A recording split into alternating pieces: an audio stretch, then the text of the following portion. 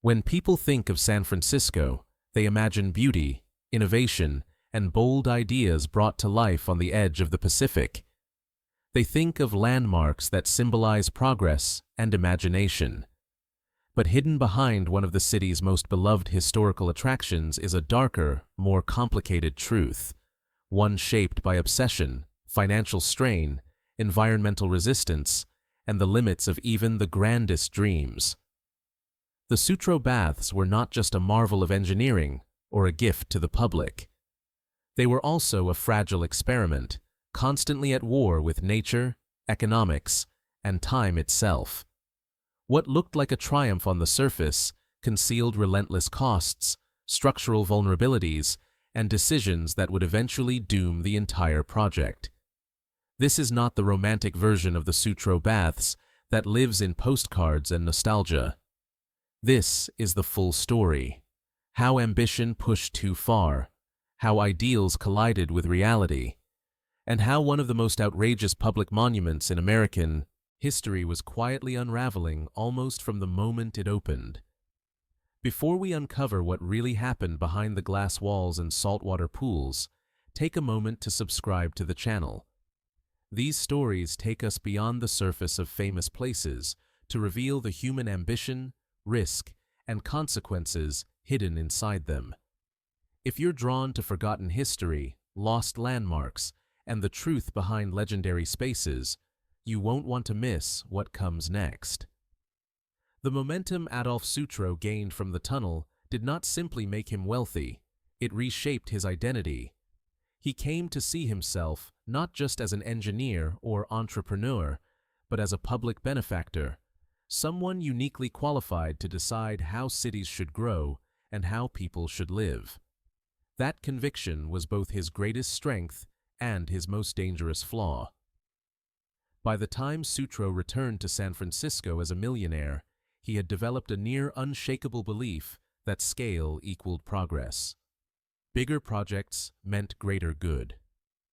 If something was difficult, expensive, or risky, that did not mean it should be avoided.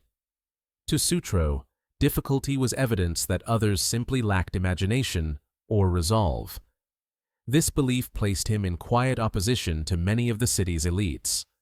While other wealthy figures invested in private clubs, exclusive neighborhoods, and controlled social circles, Sutro pursued visibility. He bought land openly. He spoke publicly. He involved himself in civic life. He cultivated an image not as a distant capitalist, but as a man of the people.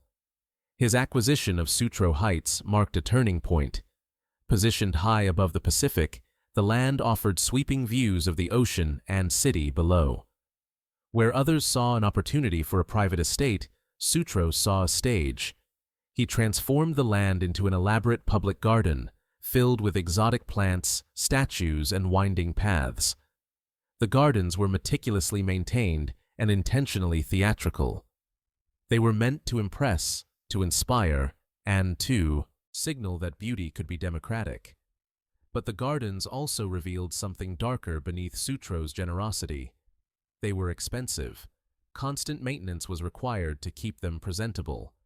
Storms damaged paths. Salt air corroded structures. Plants had to be imported, replaced, and protected. None of this generated profit. The gardens relied entirely on Sutro's personal wealth. At this stage, Sutro could afford it. But the model he was building was fragile. His public projects were not designed to sustain themselves financially. They were extensions of his personal fortune and personal will. As long as Sutro remained alive, engaged, and wealthy, the system functioned. But it had no buffer against absence. This vulnerability became even more pronounced with the Cliff House. Perched dramatically above the crashing waves, the Cliff House already carried symbolic weight in San Francisco. Sutro purchased it and rebuilt it on an even grander scale after fire damage, turning it into a landmark destination. Visitors came for the views, the food, and the spectacle of standing at the edge of the continent. Yet, even here, the costs were staggering. Salt air damaged wood and metal. Storms battered the structure. Repairs were constant. Profit margins were thin. Like the gardens, the Cliff House existed less as a business and more as a statement. And then came the idea that would define Sutro's legacy and expose its limits. The cove beneath the Cliff House was hostile territory. Waves surged violently into the rocks. Tides shifted unpredictably. Engineers avoided it. Developers dismissed it. But Sutro saw possibility where others saw danger. He envisioned a monumental public bathhouse inspired by ancient Rome, but magnified beyond anything the modern world had attempted. The Sutro Baths were conceived not as a modest swimming facility, but as an architectural declaration. Glass, iron, and water would merge into a vast indoor landscape. The ocean itself would be harnessed, feeding the pools through tunnels carved into the rock. Nature would not be excluded. It would be integrated and controlled. From the beginning, the project was controversial. Engineers warned about structural stress. Accountants questioned long-term costs. Critics argued that the location was reckless. But Sutro had heard such objections before. He dismissed them as unimaginative, even cowardly. Construction began in the early 1890s, and immediately, the problems became clear. Building in a tidal cove required extraordinary measures. Foundations had to withstand constant wave impact. Breakwaters were constructed, only to be damaged and rebuilt repeatedly. Materials had to be hauled through caves and tunnels because traditional access routes were impossible. Salt water corroded metal faster than anticipated. Glass shattered in storms. Each problem demanded another solution. Each solution demanded more money. Sutro did not slow down. He doubled down. He authorized more labor, more reinforcement, more engineering interventions. The underground tunnel system grew increasingly complex. Pumps capable of moving thousands of gallons per minute were installed to compensate for unpredictable tides. Heating systems were expanded to maintain water temperatures inside an enormous glass structure exposed to cold coastal air. By the time the baths opened in 1896, they were breathtaking. They were also financially unbalanced from day one. Covering 3 acres, the building required constant energy. The glass roof, while visually stunning, leaked heat and demanded continuous maintenance. The pumps ran endlessly. Furnaces consumed fuel at alarming rates. Salt water accelerated decay throughout the structure. Admission prices were intentionally kept low. Sutro believed accessibility mattered more than profit. But this meant the baths were never designed to generate surplus revenue. They could only survive as long as expenses were manageable or subsidized. For a brief moment, the illusion held. Thousands visited daily. Families flocked to the pools. Newspapers praised the spectacle. The baths became a symbol of San Francisco's ambition and ingenuity. But behind the scenes, the numbers told a different story. Operating costs consistently outpaced income. Repairs were deferred. Temporary fixes replaced long-term solutions. The baths were not failing yet, but they were bleeding. Then, in 1898, Adolf Sutro died. His death was sudden, and its impact was immediate. The driving force behind the project vanished. His heirs inherited not just a landmark, but a financial burden of staggering complexity. They lacked his engineering expertise, his political influence, and most importantly, his emotional attachment to the vision. Without Sutro's personal fortune underwriting the losses, the baths became vulnerable. Maintenance declined. Equipment aged. The ocean continued its assault. Every storm accelerated decay. The glass roof cracked more frequently. Corrosion weakened beams. The very systems that made the baths extraordinary also made them impossible to simplify. Attempts to reinvent the space began almost immediately. Events were added. Exhibitions were staged. Attractions were layered on top of the original concept in hopes of drawing larger crowds. But each addition increased operational complexity without addressing the core issue. The baths were too large, too expensive, and too dependent on constant intervention. As the 20th century progressed, external pressures compounded the problem. World War I shifted priorities. Economic instability reduced leisure spending. The Great Depression devastated attendance. What had once been a palace of abundance became an unsustainable liability. The darker truth of the Sutro Baths is not that they were destroyed by a single disaster. It is that they were always structurally doomed. They were built on a philosophy that assumed ideal conditions, steady crowds, manageable weather, endless maintenance funding. Reality offered none of these consistently. The baths did not collapse suddenly.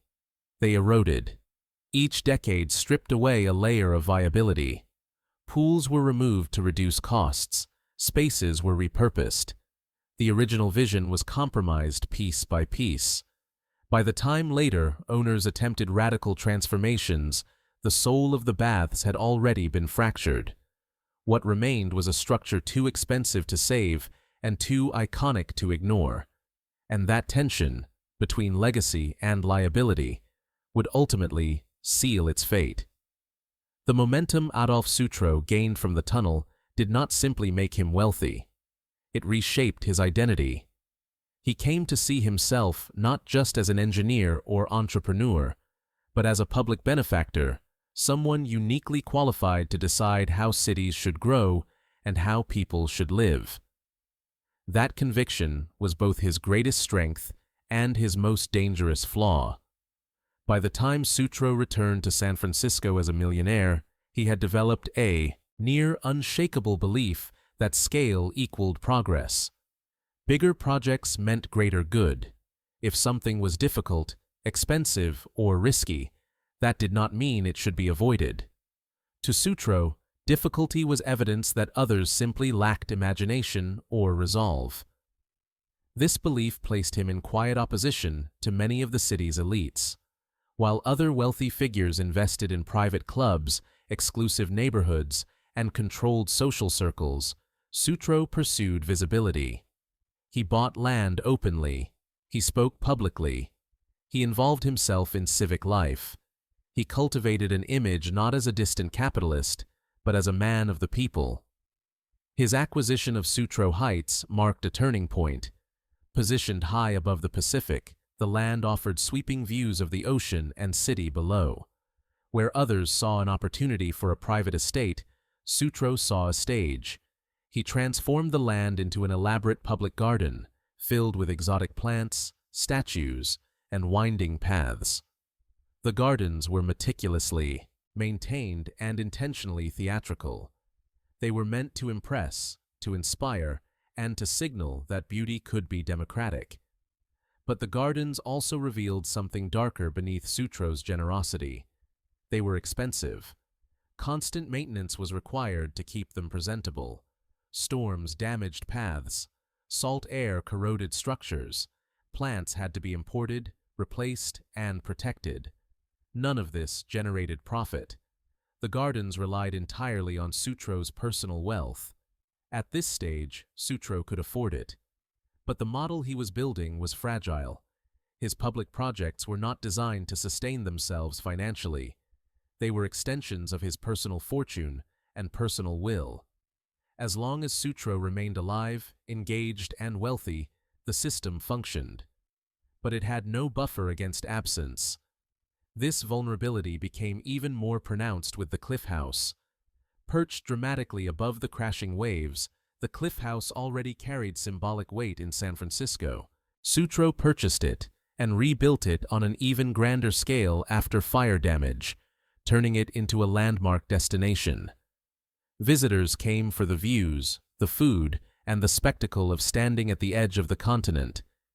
Yet, even here, the costs were staggering. Salt air damaged wood and metal. Storms battered the structure. Repairs were constant. Profit margins were thin. Like the gardens, the Cliff House existed less as a business and more as a statement. And then came the idea that would define Sutro's legacy and expose its limits. The cove beneath the cliff house was hostile territory. Waves surged violently into the rocks.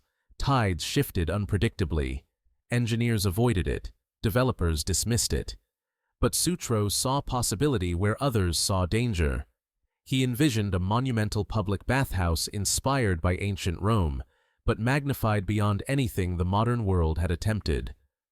The Sutro Baths were conceived not as a modest swimming facility, but as an architectural declaration.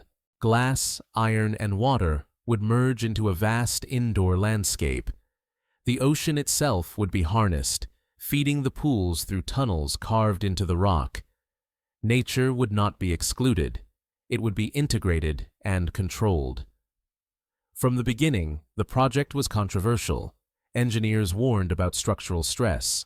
Accountants questioned long-term costs. Critics argued that the location was reckless. But Sutro had heard such objections before. He dismissed them as unimaginative, even cowardly.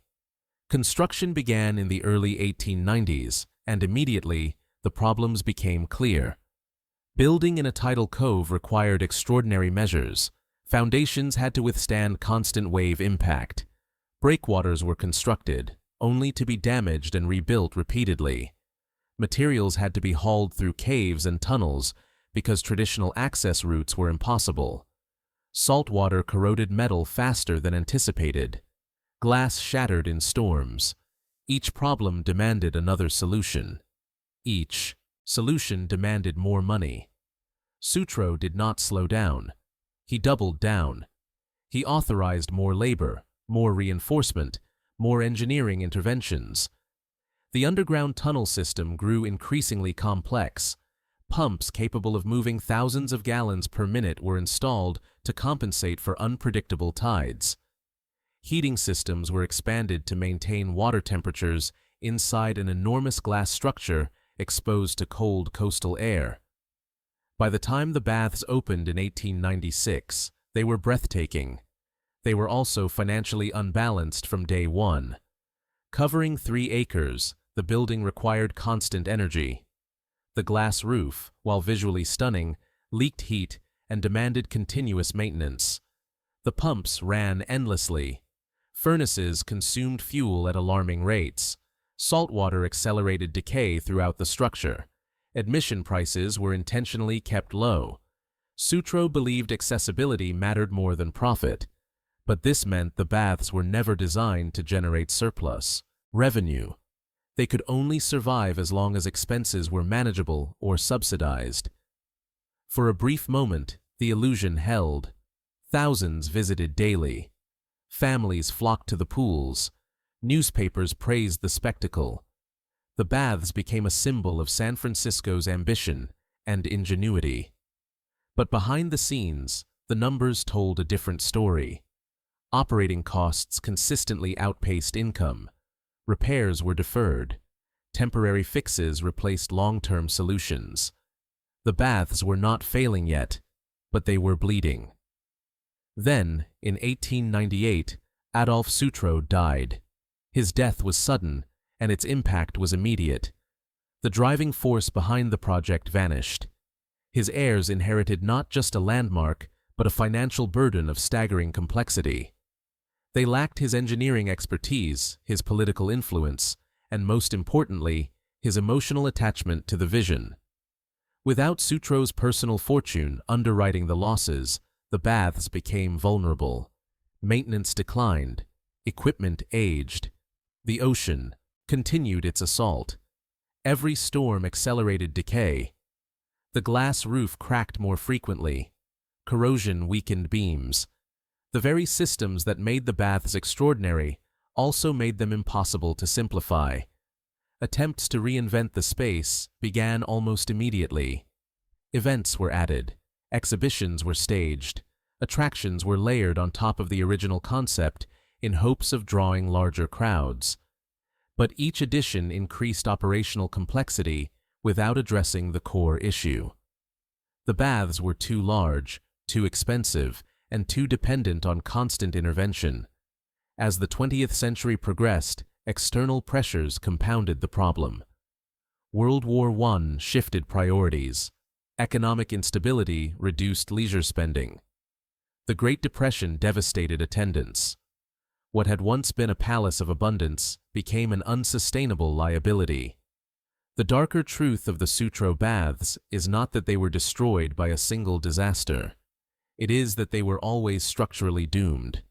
They were built on a philosophy that assumed ideal conditions, steady crowds, manageable weather, endless maintenance funding. Reality offered none of these consistently. The baths did not collapse suddenly. They eroded. Each decade stripped away a layer of viability. Pools were removed to reduce costs. Spaces were repurposed. The original vision was compromised piece by piece. By the time later owners attempted radical transformations, the soul of the baths had already been fractured. What remained was a structure too expensive to save and too iconic to ignore. And that tension, between legacy and liability, would ultimately seal its fate. As the years passed, the Sutro Baths entered a phase that was less about grandeur and more about survival. What the public saw was still impressive, but what they did not see were the compromises being made behind closed doors. The original vision had relied on constant upkeep and precise balance. Without Adolf Sutro's personal oversight and financial backing, that balance was impossible to maintain. Every element of the baths worked against efficiency. The glass roof, which created the illusion of openness and light, was also a liability. It lost heat rapidly, forcing furnaces to run constantly. Salt carried by ocean air settled on iron beams, accelerating corrosion. Windows cracked during storms and had to be replaced repeatedly. Even routine maintenance required specialized labor, which increased costs year after year. The ocean, once framed as a partner in Sutro's vision, proved to be an adversary that never relented. Waves continued to hammer the breakwater. Water seeped into lower levels. Storm surges filled pools with debris. Engineers could not fully control tide cycles, and every miscalculation meant damage. The baths demanded attention every single day. Any pause in maintenance resulted in visible decline. To keep the complex operating, the owners made increasingly desperate choices. Portions of the original pools were drained and sealed. Heating systems were scaled back. Sections of the building were closed to the public. These decisions reduced costs, but they also eroded the experience that had made the baths special. Visitors noticed. Attendance declined slowly, then sharply. At the same time, San Francisco itself was changing. The early 20th century brought new forms of entertainment. Movie theaters became popular. Amusement parks offered faster thrills. Indoor recreation no longer needed to rely on massive architectural spectacles.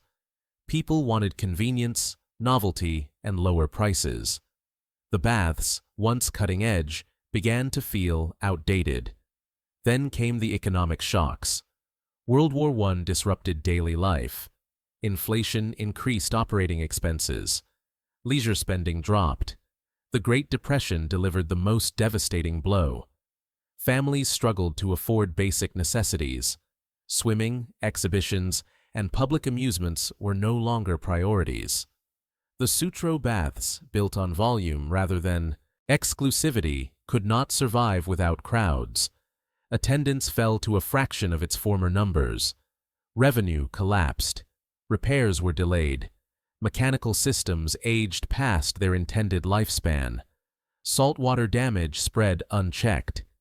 The baths were no longer declining slowly. They were unraveling. Ownership changed hands, and with each transition, the vision shifted further away from Sutro's original intent. Later operators no longer viewed the baths as a civic gift. They viewed them as a problem to be solved or an asset to be repurposed. Survival replaced idealism. By the 1930s and 1940s, the baths were transformed into a hybrid space. Pools were removed entirely in some areas. Dance floors, exhibition halls, and novelty attractions took their place. An indoor beach was installed, complete with imported sand. The building became less a bathhouse and more an all-purpose entertainment venue. For a short time, this reinvention worked. Crowds returned. Music echoed through the cavernous halls. Families attended events. Teenagers gathered. The baths became a social hub rather than a swimming palace. But this revival was temporary. The structural problems remained. The ocean continued its assault. Operating costs still exceeded income. The baths were simply too large. No amount of creativity could shrink the scale of the building or the expense of maintaining it. Every new attraction added stress to aging infrastructure. Electrical systems struggled. Floors warped. Metal supports weakened. The glass roof remained a constant liability. By the early 1950s, the situation was unsustainable. New owners attempted one final transformation, converting the remaining interior into a massive ice skating rink. Ice skating was popular, fashionable, and required less water infrastructure. The idea was logical. For a brief period, it succeeded. Skaters filled the space. Music played. The baths felt alive again. But this too was an illusion. The underlying structure was already compromised. Corrosion weakened load-bearing elements. Repairs were expensive and constant. Insurance costs soared. The land itself became more valuable than the building sitting on it. Developers began to see the site not as a historic treasure, but as a financial opportunity waiting to be cleared. And that is where the darkest truth emerges. By the early 1960s, plans were in motion to demolish the Sutro Baths entirely. The decision was not driven by malice or disregard for history. It was driven by economics. Preserving the structure made no financial sense. Restoring it would cost more than rebuilding something new. The baths had become a liability that no owner wanted to inherit. Before demolition could begin, disaster intervened. On June 26, 1966, a fire erupted inside the Sutro Baths. Flames spread rapidly through the wooden remains of the structure. Glass shattered. Iron beams twisted under extreme heat. Smoke rose high above the cliffs, visible across the city. Crowds gathered to watch as the baths burned. Within hours, what remained of the structure was destroyed. The fire was later ruled arson. Someone had intentionally set it. No arrests were made. No definitive explanation was ever confirmed. Some believed the fire was meant to speed up demolition. Others suspected insurance motives. The truth was never proven, and the mystery only deepened the site's legend. What mattered was the result. The Sutro Baths were gone. In the aftermath, developers lost interest. The cost of clearing the ruins was high. The land was unstable. The ocean continued to erode the site. Plans for new construction quietly disappeared. Nature reclaimed what remained. Rain filled the old pools. Moss covered concrete. Rust spread across exposed metal. The ruins became silent. But something unexpected happened. Instead of being forgotten, the site gained new meaning. Visitors were drawn to the remains. Artists, photographers, hikers, and historians found beauty in the decay. The ruins told a story that the intact building never could. A story of ambition, excess, struggle, and impermanence. Eventually, the land was protected and incorporated into a national recreation area. The ruins were stabilized. Dangerous debris was removed. Trails were established. What had once been a commercial attraction became a public historical landscape. And that transformation reveals the final layer of truth. The Sutro Baths did not fail because they lacked imagination. They failed because imagination alone was not enough. They were built on an idealistic belief that public good could override financial reality and environmental limits indefinitely. That belief produced something extraordinary, but unsustainable. The baths were never designed to endure without constant sacrifice. They depended on a single man's will, wealth, and obsession. When that force disappeared, the structure could not stand on its own. Today, the ruins endure precisely because they no longer fight nature. They coexist with it. And in that quiet coexistence, the Sutro Baths finally found a form that could last. By examining the Sutro Baths in their final decades, another uncomfortable reality becomes visible. The structure did not simply collapse under neglect or disaster. It was quietly abandoned by a society that no longer knew what to do with it. The baths were built for a world that believed collective experience was essential to public life. When that belief faded, the building lost its cultural anchor. In the early years, the baths thrived because they offered something rare. They gave working families access to warmth, recreation, and spectacle in a city where daily life was often harsh. Cold water, cramped housing, and exhausting labor defined much of San Francisco's working-class existence. The baths offered relief. They were not indulgence. They were escape. But as the 20th century progressed, expectations changed. Indoor plumbing became common. Public beaches improved. Private recreation grew more accessible. What once felt extraordinary became less necessary. The baths no longer solved a problem. They simply existed as an oversized reminder of an earlier era's priorities. This shift is critical to understanding why preservation efforts failed. The baths were expensive to save because they were expensive by design. They were not modular. They could not be partially restored without losing coherence. Saving them required restoring everything at once, and no institution was willing to assume that burden. Even historic preservation movements, which gained momentum in the mid-20th century, struggled with the baths. Unlike mansions or theaters, the baths had no obvious modern function. They were too specialized to repurpose easily and too deteriorated to romanticize as is. Their value was conceptual rather than practical, and that made them vulnerable. The ruins that remain today reflect this unresolved tension. They are preserved not because they are useful, but because removing them would erase a story too large to ignore. The decision to protect the site came not from nostalgia alone, but from recognition that the baths represented something uniquely American, the belief that grand public good could be engineered through sheer will. That belief defined much of the 19th century. It built railroads, canals, bridges, and civic monuments. It also produced failures when ambition exceeded foresight. The Sutro Baths sit firmly within that tradition. What makes their story especially unsettling is how little resistance there was to their disappearance once decline set in. There was no mass protest, no widespread campaign to save them. By the time the fire occurred, the baths had already faded from everyday relevance. The spectacle of their destruction felt like closure rather than tragedy to many observers. And yet, memory has a way of reshaping loss. As decades passed, the absence of the baths began to speak, louder than their presence ever had. Photographs circulated, stories resurfaced. The ruins became symbols of a vanished San Francisco, one that dared to build at impossible scales. In losing the baths, the city gained perspective. Today, visitors do not experience the baths as Sutro intended. They experience them as a question. What does it mean to build something this ambitious?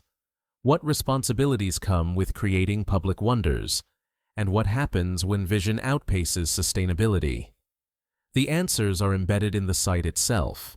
The staircases that lead nowhere speak to interrupted purpose. The pools filled with seawater reflect a surrender to natural forces once resisted. The broken foundations reveal the cost of building without compromise. Yet despite this, the site does not feel like a failure. It feels honest. The baths no longer promise perfection. They offer reflection. They allow visitors to imagine what was lost while confronting why it could not last. This duality gives the ruins their emotional weight. Adolf Sutro's legacy, viewed through this lens, becomes more complex. He was not simply a dreamer or a benefactor. He was a man shaped by success who believed that engineering could solve any problem. That belief produced remarkable achievements. It also blinded him to limits. Sutro did not fail because he lacked vision. He failed because he believed vision alone could override economics, environment, and time. His story is not one of arrogance, but of faith taken too far. And that is why the Sutro Baths endure in memory. They remind us that ambition is powerful, but incomplete without adaptability. They show how public generosity must be paired with structural resilience. They demonstrate that buildings, like ideas, must evolve, or they become relics. Standing at the edge of the ruins today, the Pacific continues its rhythm uninterrupted. Waves rise and fall. Fog rolls in and out. The coastline remains indifferent to what once stood there. This indifference is not cruel. It is instructive. The baths attempted to impose order on nature. The ruins accept nature's terms. In that acceptance, the story finally settles. The dark truth behind the Sutro Baths is not hidden in scandal or conspiracy. It lies in the quiet realization that even the most generous dreams can become unsustainable when they demand perfection from an imperfect world. The baths were not destroyed by a single moment, but by the slow mismatch between what they required and what society could provide. They were outrageous not because of their scale, but because they asked too much of the future. And yet, in their ruins, they offer something lasting, a place to stand, a story to remember. A reminder that ambition must eventually learn humility, and that sometimes the most powerful legacy is not what endures intact, but what teaches us after it is gone. As the Sutro Baths slipped further into the past, their story became less about loss and more about reckoning. What the ruins force us to confront is not simply what disappeared, but why it was allowed to disappear so completely. The baths did not fall because they were unloved. They fell because they existed at the intersection of idealism and inflexibility, a place where compromise was never fully accepted. One of the most overlooked elements in the baths' decline was governance. After Adolf Sutro's death, no single authority truly owned the vision. Decisions were fragmented. Ownership passed through hands that saw the site differently, some as a civic burden, others as a novelty, and eventually as a real estate obstacle. Without a unifying philosophy, every decision became reactive rather than strategic. This lack of continuity mattered. Large public projects require not just funding, but stewardship. They need caretakers willing to plan decades ahead, absorb losses in the short term, and adapt the original vision without erasing it. The Sutro Baths never had that after. Their founder was gone. They were inherited, not adopted. Attempts to modernize the baths repeatedly misunderstood the problem. Operators tried to change the attraction without changing the structure. They added events, entertainment, and new uses. But the building itself remained massive, fragile, and costly. The fundamental mismatch between scale and sustainability was never resolved. In this sense, the baths were trapped by their own identity. They were too iconic to be reduced and too unwieldy to be preserved intact. Any solution required either radical reinvention or total abandonment. Incremental change only prolonged decline. This dilemma reflects a broader pattern seen in monumental civic spaces across the world. When infrastructure is built at the limits of what is economically feasible, it becomes dependent on conditions that rarely last. Prosperity fluctuates, tastes evolve, technologies advance. What once felt permanent quickly becomes provisional. The Sutro Baths were designed as a climax rather than a foundation. They represented the peak of a particular mindset, not a flexible system designed to grow or contract with time. That distinction sealed their fate. Yet, there is another layer to the dark truth, one that is less structural and more psychological. The baths embodied a belief that access alone could sustain relevance. Sutro believed that if something was open to everyone, it would always be valued. But access does not guarantee attachment. Over time, familiarity can dull awe. What once felt miraculous can become routine, and routine spaces are often the first to be sacrificed when resources grow scarce. This paradox is uncomfortable. The baths were generous by design, but generosity made them easier to let go. There was no elite group fighting to preserve exclusive access, no private patrons with personal stakes in their survival. The baths belonged to everyone, which ultimately meant they belonged to no one in particular. Contrast this with private estates, theaters, or clubs that survived because small, powerful groups insisted on their preservation. The baths lacked that concentrated advocacy. Their public nature, once their greatest strength, became a vulnerability. And so, when the fire came, it felt less like an ending and more like confirmation. What followed was not outrage, but resignation. The city moved on. Development pressures shifted elsewhere. The coastline reclaimed the space. Time did what time always does. Only later did reflection set in. As generations passed, the absence of the baths became more striking than their presence ever had. People began to ask why such a massive public treasure was allowed to vanish. That question sparked renewed interest, research, and storytelling. The baths became a symbol, not of failure alone, but of a certain kind of American ambition that no longer exists in the same form. Today, the ruins function as an unintended memorial to that ambition. They are not curated, in the traditional sense. There are no reconstructed walls or polished exhibits. Instead, the site offers raw evidence.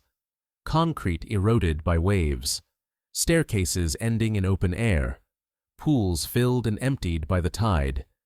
This openness invites interpretation rather than instruction.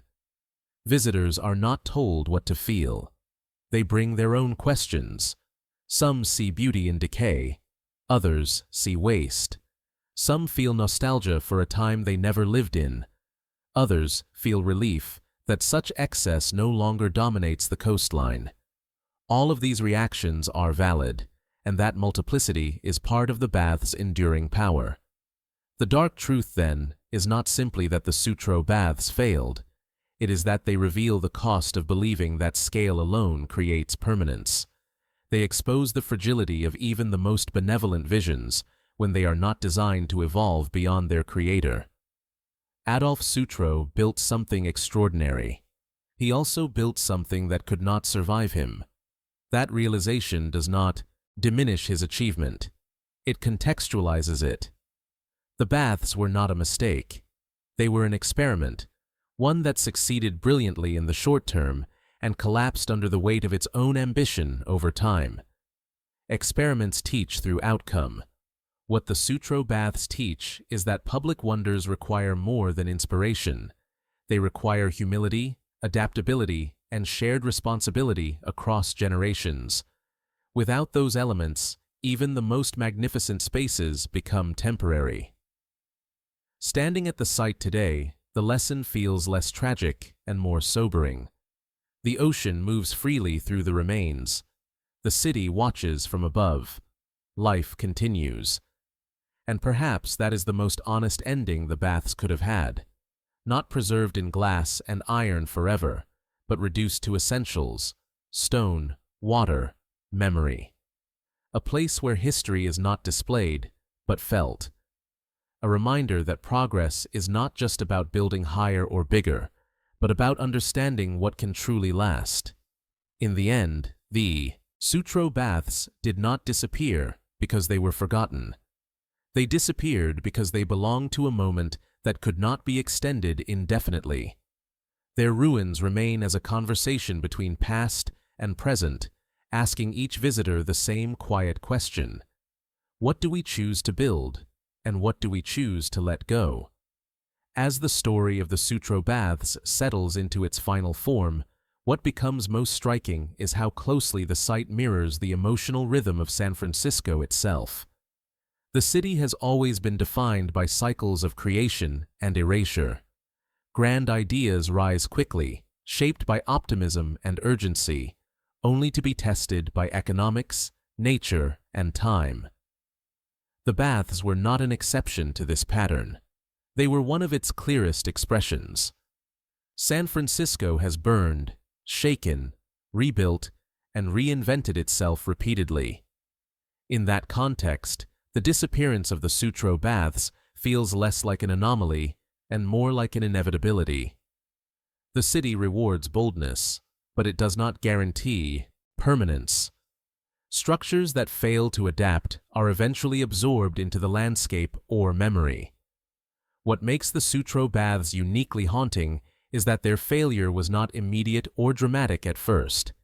It unfolded slowly, almost politely.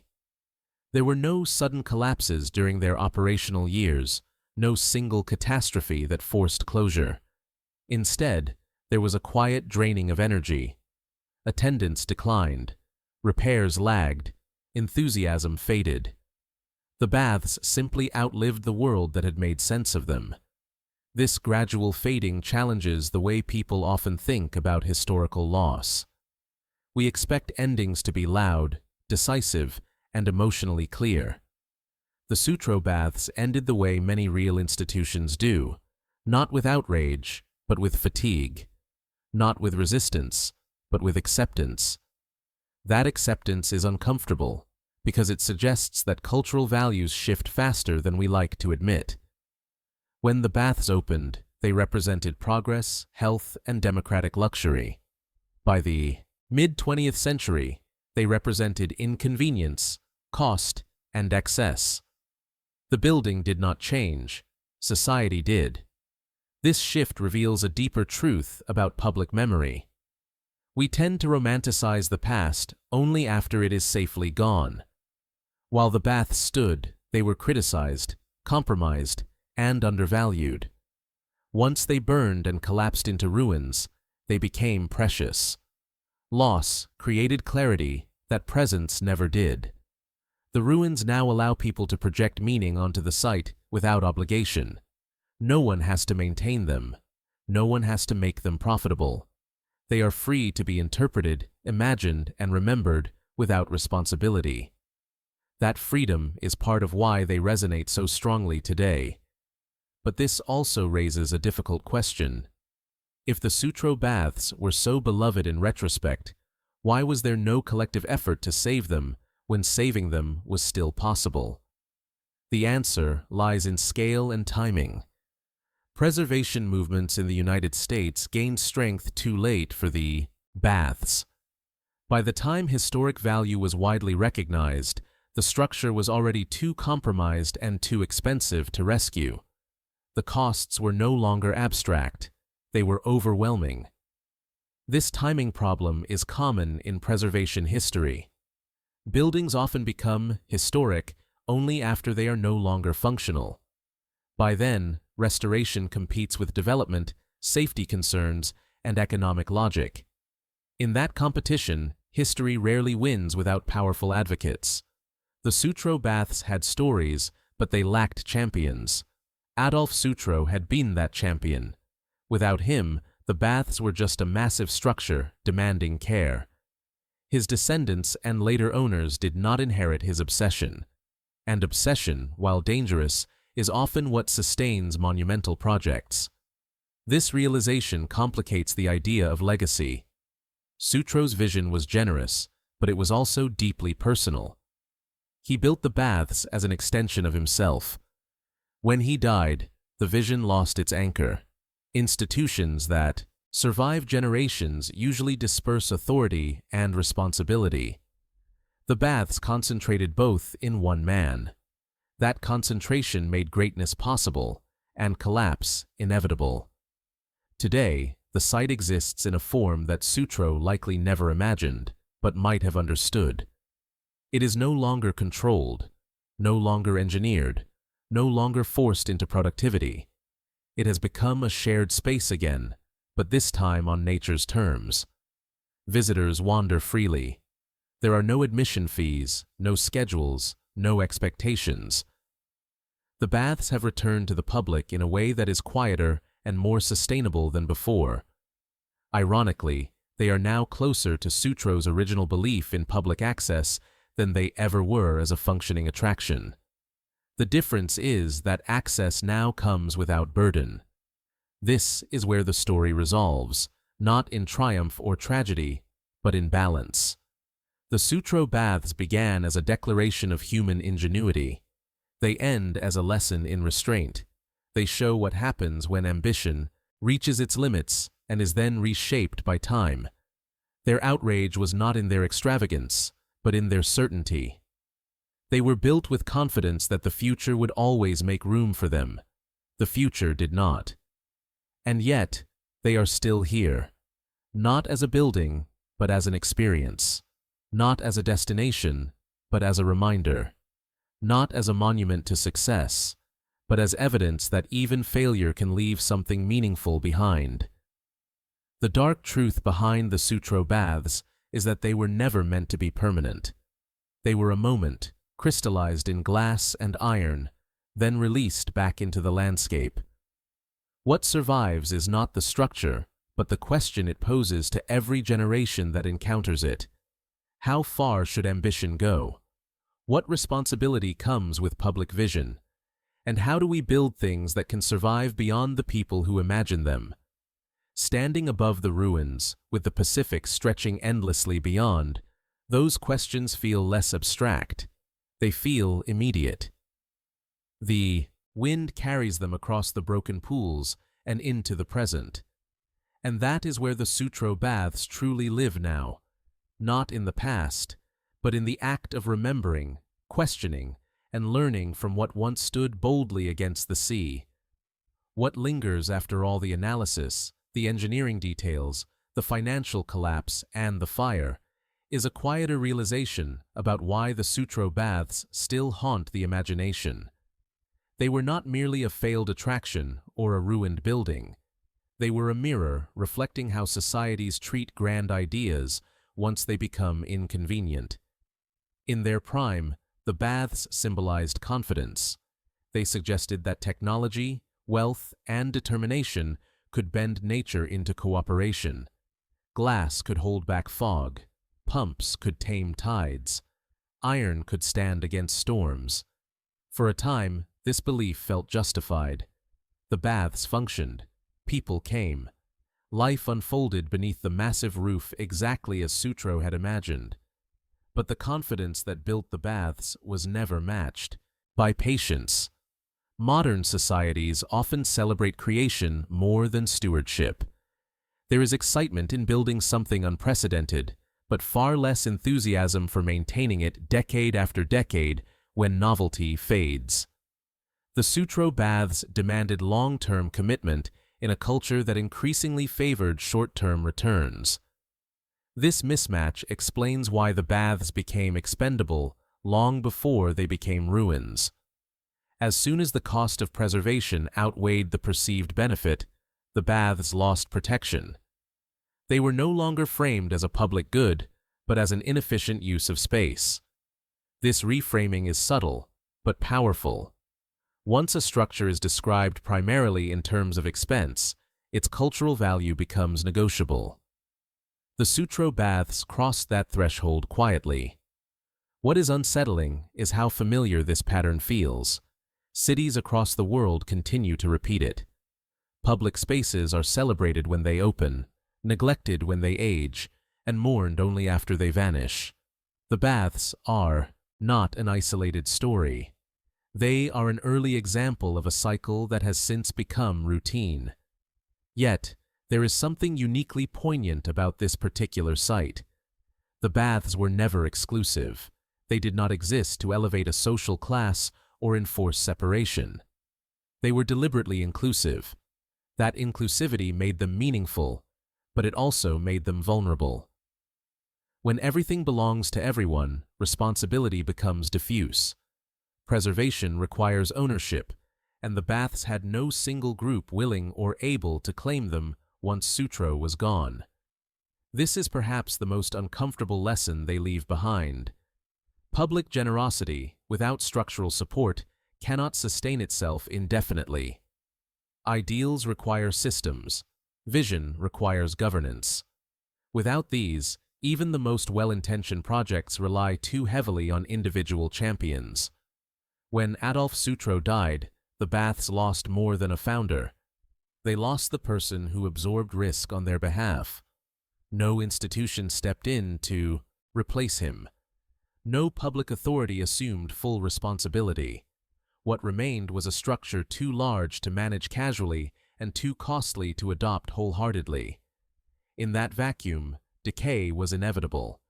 And yet, the ruins feel strangely appropriate. They tell the story honestly, without romantic filters. They show ambition stripped of illusion. They show how effort can be immense and still temporary. They show that failure does not erase impact. Walking among the remains today, visitors do not encounter instructions or curated narratives. They encounter evidence. The concrete is cracked. The pools are uneven. The ocean enters freely. The site does not pretend to be intact or triumphant. It simply exists. This authenticity is why the Sutro Baths continue to matter. They do not offer comfort. They offer clarity. They remind us that not all losses are caused by villains. Some are caused by systems that reward creation but neglect care. Some are caused by optimism that does not plan for fatigue. Some are caused by the assumption that future generations will automatically value what the present builds. The baths challenge that assumption. They ask whether we are building things meant to be admired briefly or sustained responsibly. They ask whether access alone is enough to guarantee preservation. They ask whether ambition should be measured not by scale, but by longevity. These questions feel especially relevant now, in an era defined by rapid development and disposable structures. The Sutro Baths stand as a counterpoint to the idea that bigger is better. They suggest that resilience, adaptability, and shared responsibility matter more than spectacle. In this sense, the baths achieved a second life they never had in their original form. They have become educators. Their ruins teach lessons that a functioning attraction never could. They teach that progress is not linear, that innovation carries consequences, that generosity must be paired with sustainability, and that memory often outlasts matter. As fog drifts across the coastline and waves fill the old pools once again, the baths appear less like a tragedy and more like a completed cycle. They rose, served their purpose, declined, and transformed into something new. Not preserved, but integrated into the landscape of the city and the minds of those who visit. The dark truth behind San Francisco's outrageous Sutro Baths is not that they failed.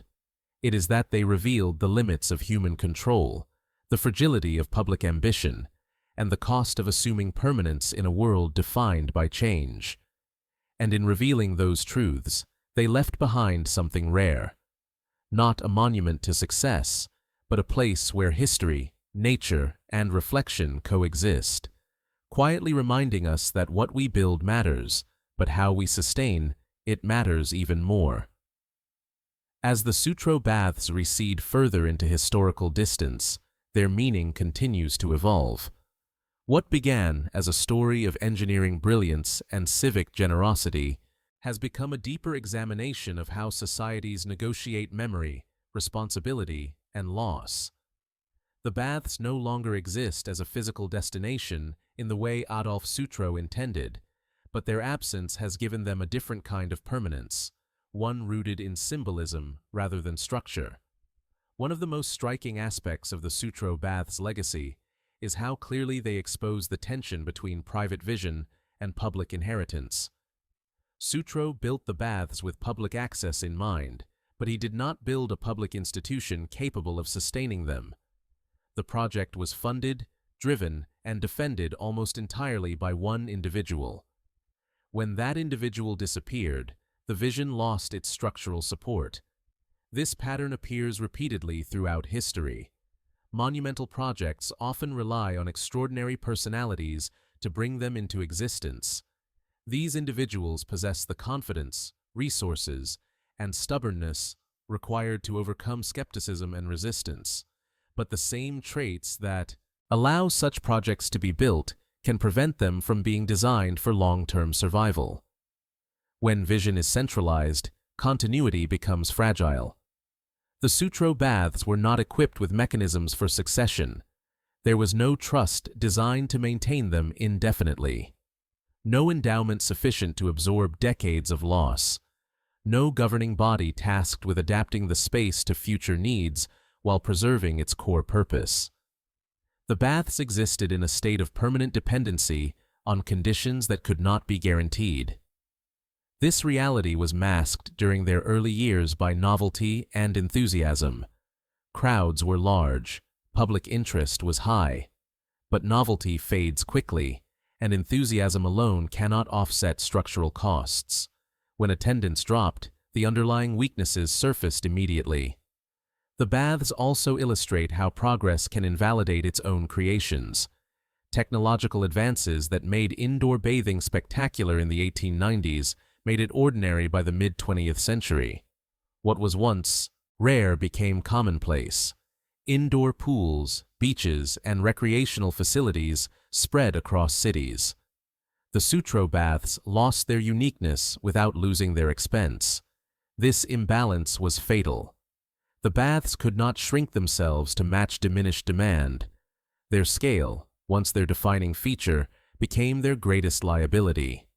Smaller facilities could close temporarily, renovate incrementally, or pivot to new uses.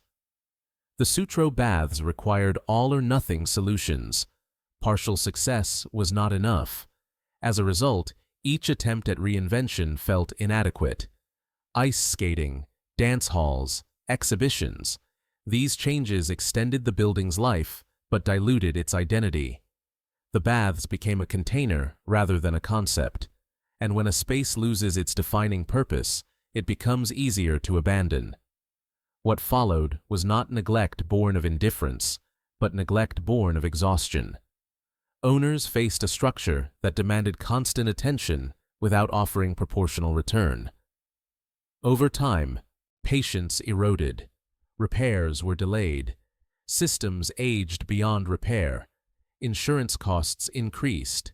Risk outweighed reward. By the time demolition became a serious consideration, the decision felt pragmatic rather than cruel. The baths were no longer perceived as a living cultural asset. They were perceived as an aging structure occupying valuable land. The fire of 1966, while devastating, merely accelerated a process already underway.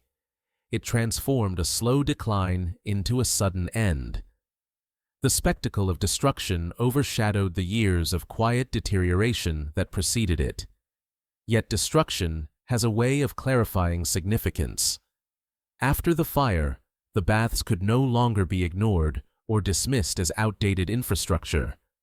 Their absence created space for reflection. The ruins invited curiosity. People began to ask what had stood there, why it mattered, and why it was gone. This shift from utility to meaning is crucial.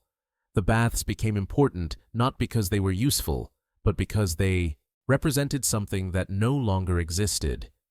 They embodied a moment when cities believed in monumental public generosity, when scale was equated with civic pride, and when engineering was seen as a moral force. In losing the baths, San Francisco lost more than a building. It lost a particular philosophy of public life. But loss does not erase influence. The ruins became a classroom without walls. They taught through absence rather than instruction. They allowed visitors to engage directly with the remains of ambition and failure without mediation. This direct engagement is rare in modern cities. Most historical narratives are curated, interpreted, and framed. The Sutro Baths resist that process. They present raw evidence and allow individuals to draw their own conclusions. Some see waste, others see beauty. Some feel nostalgia, others feel relief. The site does not demand agreement. It encourages contemplation. This openness aligns with the bath's original spirit more closely than their later operational years ever did. Sutro wanted to create a space where people from all backgrounds could gather and experience something extraordinary. Today, people still gather there, not to swim, but to reflect. In this way, the baths have achieved a different kind of success. They no longer attempt to impress through scale. They impress through story. They no longer require maintenance to survive. They require attention to be remembered. The dark truth behind the Sutro Baths is not confined to their collapse. It extends into the present, challenging how we think about public projects today. It asks whether modern cities are building spaces designed to last, or spaces designed to launch. It questions whether we value stewardship as much as innovation. The baths suggest that true civic ambition is not measured by how boldly something is built, but by how carefully it is sustained. As urban centers continue to grow and change, the lessons of the Sutro Baths remain relevant. Large-scale projects still promise transformation. They still rely on charismatic visionaries. They still face the same risks of obsolescence, cost overruns, and shifting priorities. What has changed is awareness.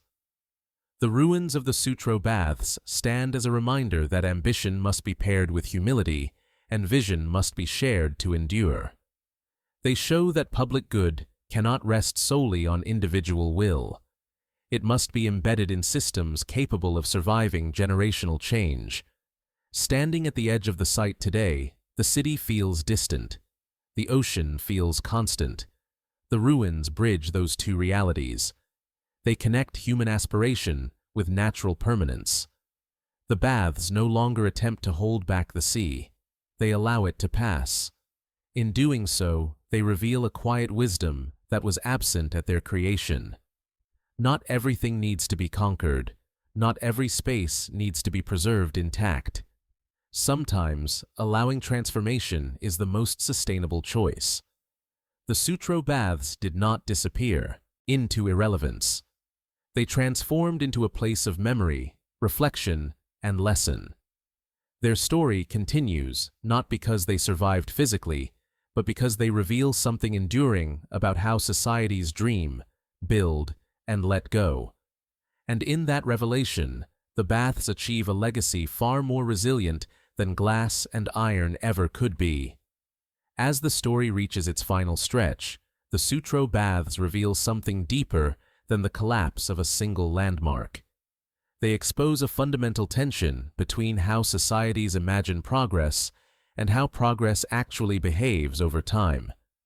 The baths were built as a promise that technology, vision, and public generosity could permanently elevate everyday life. Their ruins reveal the cost of believing that promise could be fixed in place. What Adolf Sutro created was not just an attraction, but a worldview made physical. He believed that access to health, leisure, and beauty could be engineered at scale. He believed that public happiness could be manufactured through infrastructure. And for a time, he was right. The baths worked, people came, lives were changed in small, meaningful ways. But systems built around ideal conditions rarely survive real ones. The baths required a delicate alignment of forces, steady crowds, stable weather, constant maintenance, and sustained financial tolerance for loss. Any disruption strained the entire structure. Over time, disruptions became the norm rather than the exception.